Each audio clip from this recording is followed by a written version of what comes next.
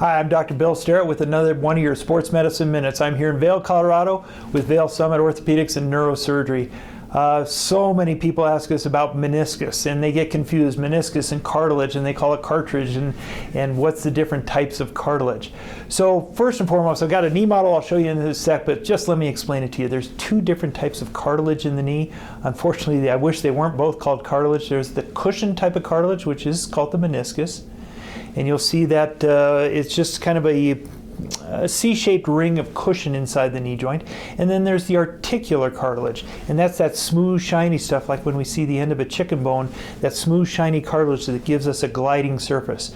Very different look, very different function, but they're both called cartilage. There's meniscus cartilage, cushion, articular cartilage, which is gliding. So mostly what we're going to talk about is the meniscus. That's what you always hear about. The meniscus, and I'll show you here on this model real quick.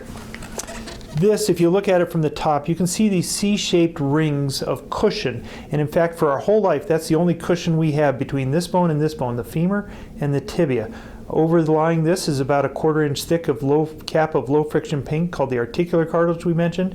That'll be another talk.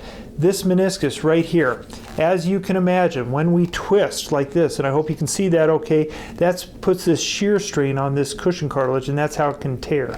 Unfortunately, that meniscus undergoes some maturation. When we're 20, when we're 15, we can jump and run and tumble and do everything, and nothing ever hurts. We never get our meniscus damaged. That's because it's like a warmed up rubber band. It's very elastic.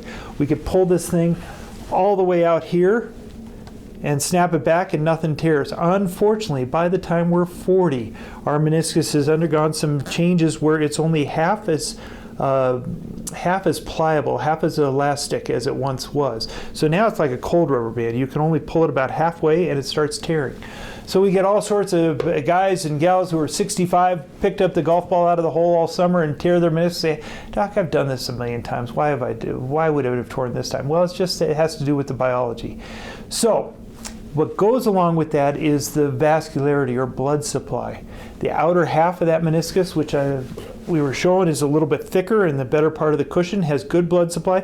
The inner half, not such a good blood supply at all. So when the inner half tears, doesn't have a good blood supply, doesn't have much chance of healing, and if we're going to do anything, we wouldn't typically sew that up because it's not going to heal without blood supply, so we trim it up. The good part about trimming that portion up is it's not an important part of the cushion compared to the thicker part. When the thicker part out here gets torn, we tend to try to sew that back up, try to preserve as much of the cushion as we can. And that's the difference between a meniscus repair and a trimming up of the meniscus.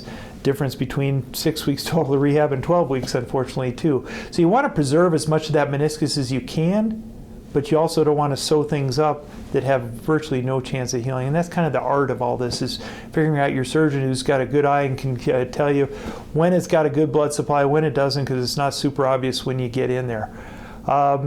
So there's lots of different types of meniscus tears. We talked about how they happen, but you should be able to tell how long ago the meniscus tear happened, whether it's in the good part of the meniscus with good blood supply, whether it's in the part that's important for the cushion or not. All of those will go into the decision-making scheme.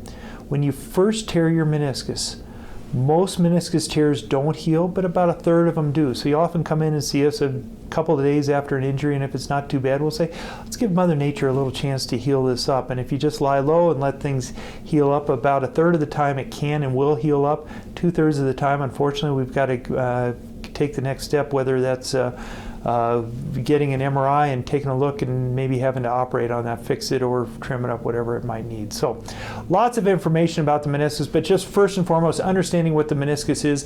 It's the only cushion you have. Let's preserve that so we can preserve your activity levels. That's the most important thing you've got going inside your knee.